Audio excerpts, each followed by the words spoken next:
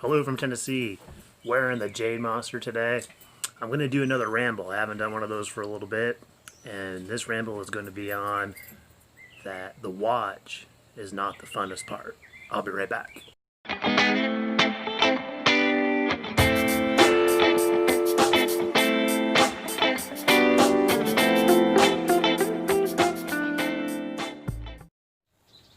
Okay, I'm back.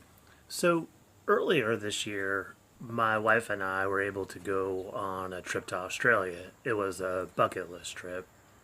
We spent time in Cairns and the surrounding area. Got to Port Douglas. Got to see a lot of waterfalls.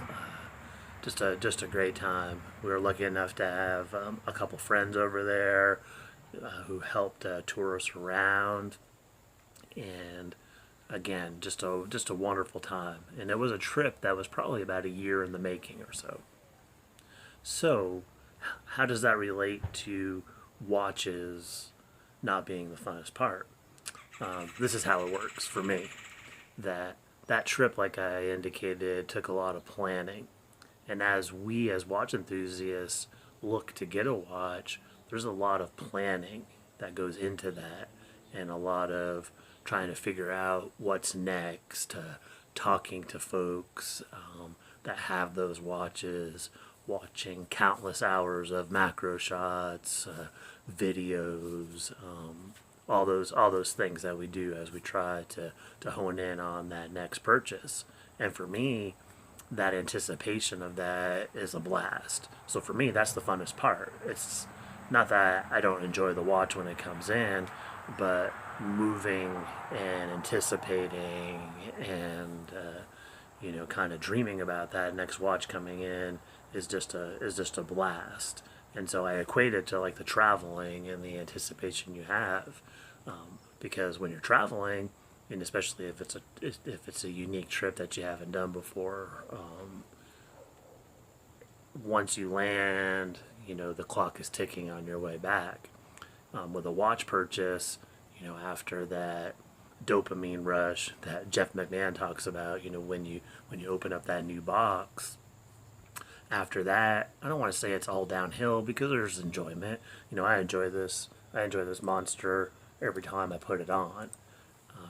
But there's nothing like that new watch coming in that first time.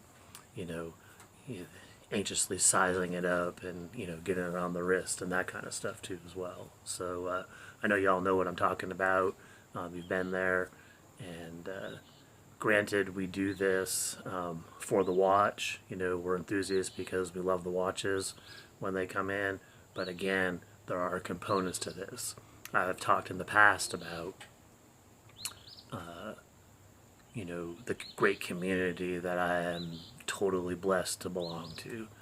That community amazes me. I'm meeting so many people that it's crazy. The kindness of folks and just the meeting of everybody is just a fantastic thing, and it still is the same as that hunt for the watch too as well. Is fun. Like this hobby is multifaceted, and doing these YouTube videos, and like I've indicated before, this is just for me. I'm just trying to document my journey too as well. But those are all components of the hobby, and I know I've talked a bunch about that before too as well. I like to stay positive and ramble, a little bit, just to put my thoughts out there. And really, my goal is to help other enthusiasts as they move forward too as well. But it's not all about the bright new shining thing. It is it's the acquisitional stage. It is the looking at that, learning on history of things too as well. One of my new friends the other day sent me a great video from, I think it was Time and Tide watches on Doxa, which I've really have started to enjoy, and really strongly thinking about a Doxa watch.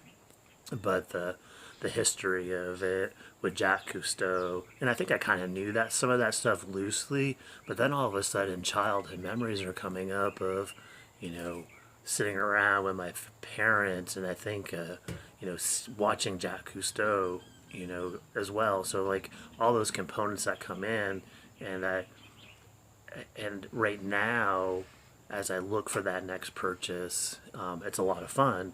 But then something started to click in my head, and I had never really been there before. So, and that's the greatest thing about this hobby too. Like, you evolve as a collector and as an enthusiast. But this whole thing about brand heritage, I was like, I've always been like, well, I don't know, it doesn't really do anything for me, and I'm starting to just to really rethink that a little bit.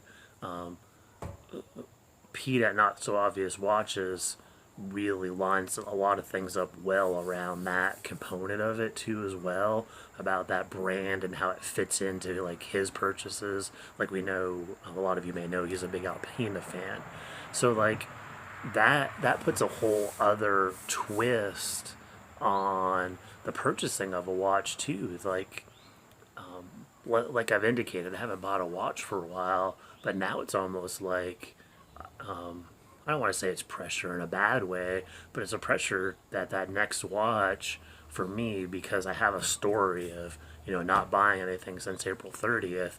This next watch is going to have a story, and I'm really thinking that this next watch purchase too is going to be a keeper.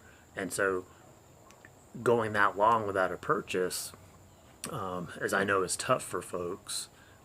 But for me, I don't want to say it gets easier, but it's making me be more informed and really looking at what that next purchase is going to be too as well. And honestly, it's a blast. Like, it's so much fun. And again, like I've said a bunch of times, I am so grateful what this hobby has afforded me thus far, in terms of the exposure to folks that love this hobby with years and years and years of experience. So I'm just having a great time, and to a large degree, I feel like my journey is just beginning now. Is like that is the funnest thing about the hobby, and I think you all probably understand that too as well. There are maybe pivot points in the hobby, or shifts and stuff. But I'm at a great time right now. Personally, I started a new job. It's going well, and I'm making new friends along the way in the hobby. I'm just having a great time. It's great. My wife still doesn't understand it, but I'm going to try to bring her along. But anyway, thanks for watching. Thanks for listening to the Ramble, everybody. And as always, stay positive, make friends, enjoy the journey. I will catch y'all next time. Take care.